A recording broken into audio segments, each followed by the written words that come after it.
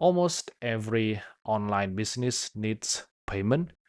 Subscription apps or food delivery apps or e-commerce store, they all need a way to collect the user money. In the surface, this process looks quite simple. The user click checkout and then fill in their card information, personal information, and then click done, and that's it.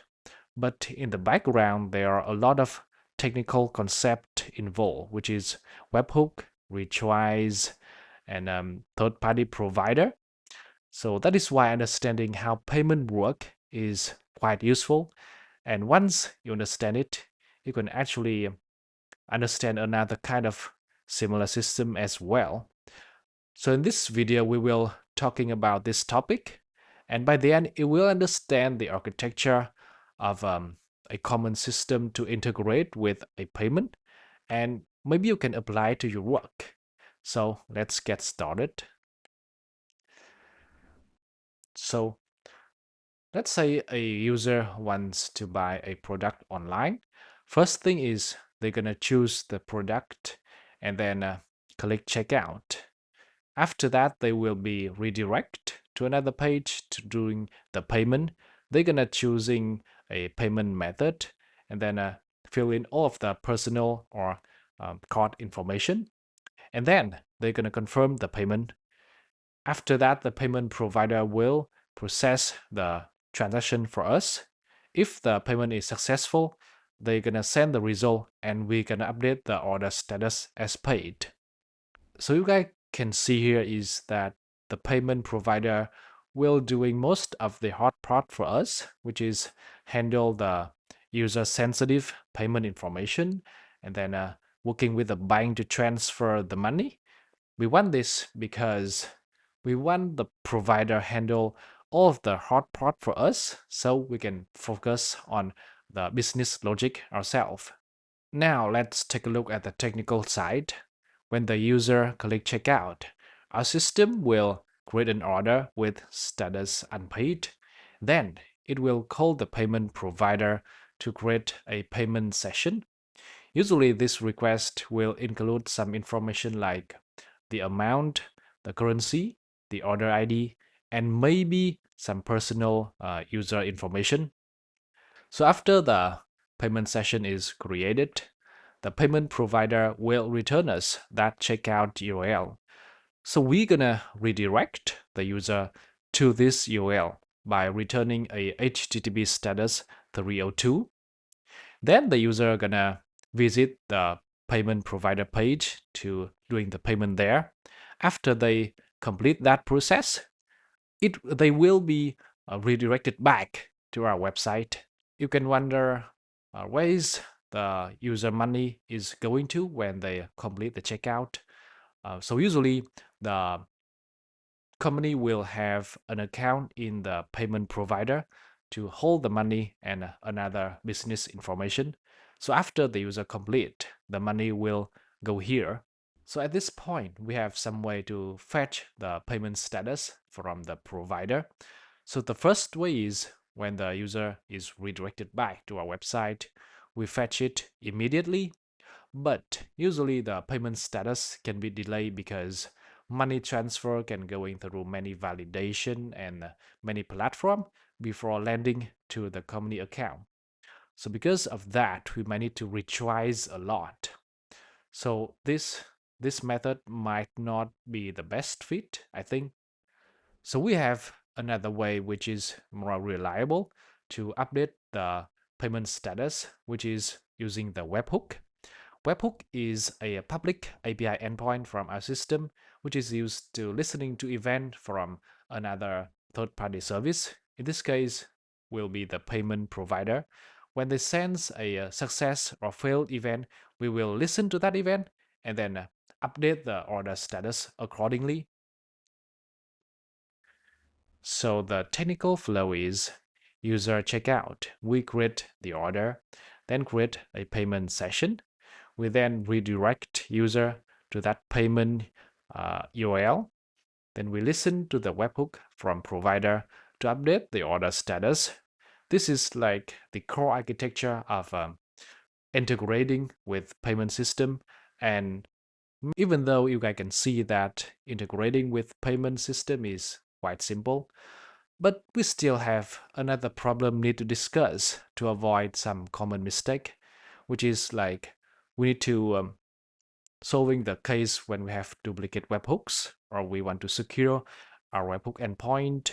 We want to reuse the payment information for a fast checkout. So let's go into detail.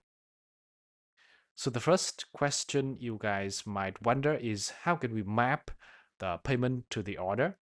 So to resolve these things, we might need a reference between the two systems.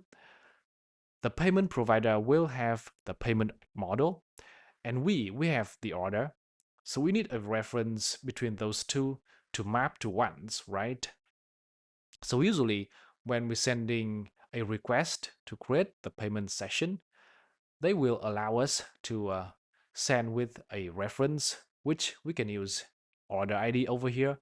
So when the webhook event come back to us, like for example, the payment success, we can extract that event and then take the order ID and then update the order ID, update the order status accordingly in our system.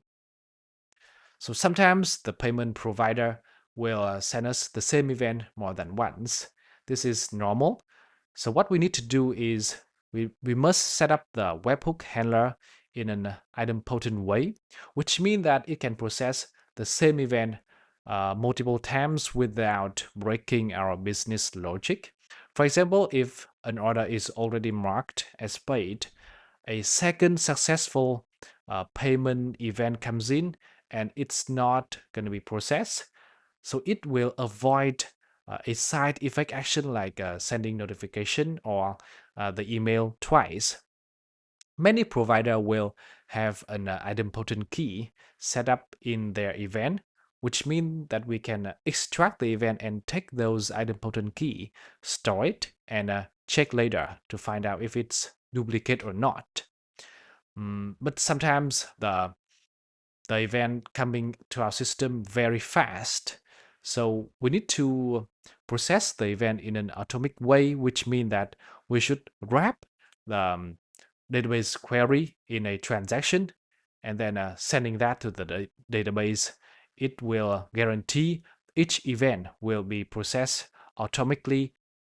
How can we verify the webhook event is actually coming from the payment provider and not someone else? Actually, the webhook endpoint is just a public API endpoint and anyone can send a request to it. So to prevent this, the payment provider usually has a technique to signing the event using a symmetric key method. So what we need to do is to verify the event using the provider's public key. So this is kind of a very important security topic. You need to maybe read the provider documentation before even doing the integration.